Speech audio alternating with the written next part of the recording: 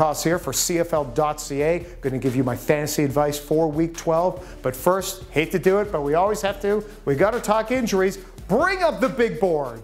And the big names to consider, Mike Riley got in late last week in the Calgary-Edmonton game. Keep an eye between him and James Franklin about who is going to start. Also, Ricky Ray, I'm not sure if he's going to play, but he suited up. He was the third-string quarterback, and Trevor Harris was pulled late. But keep an eye on when Ricky Ray, if he gets some playing time. Very fascinating. And finally, yes, Travis Lulay, the news we didn't want to hear. He's going to be out 3 to 5 weeks. That'll definitely impact Andrew Harris at running back, his positioning, but more importantly, the wide receivers for the BC Lions. Keep that in mind.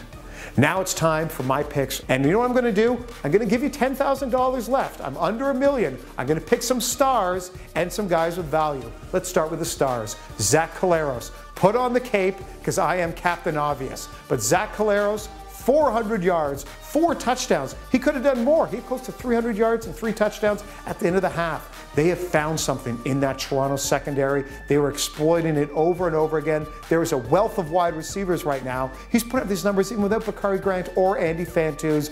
Big game for him. At running back, Jeremiah was a running back. Johnson. Yes, I used that joke 2 weeks ago.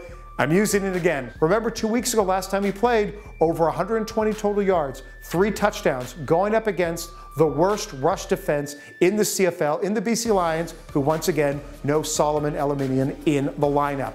At receiver, this one is just a luxury pick. Because I'm going to be saving money later, I'm taking Eric Rogers. Yes, I know Edmonton's got a really good defense, but this is an obvious pick. If you take mine, you do get to take the #1 receiver in terms of yards, in terms of touchdowns, so take Eric Rogers. At my flex position, Jerome Messam. Winnipeg, second and third last in the league in terms of yards given up, and also in terms of rush yards average per carry. The defense for the Blue Bombers, lousy against the run. And what does Saskatchewan do well with that offensive line? They run the ball. Love Jerome Messam.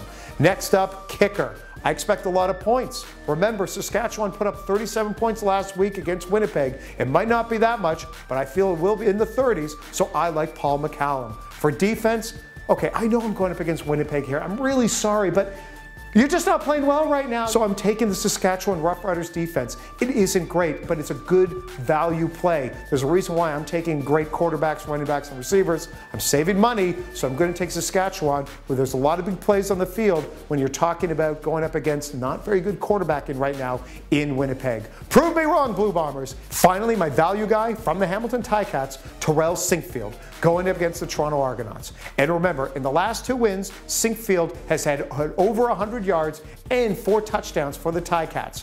When he's doing well, Hamilton is doing well. And boy howdy, did every receiver do well for Hamilton against that Argonauts secondary. And at $90,000, Sinkfield is a great value play this week.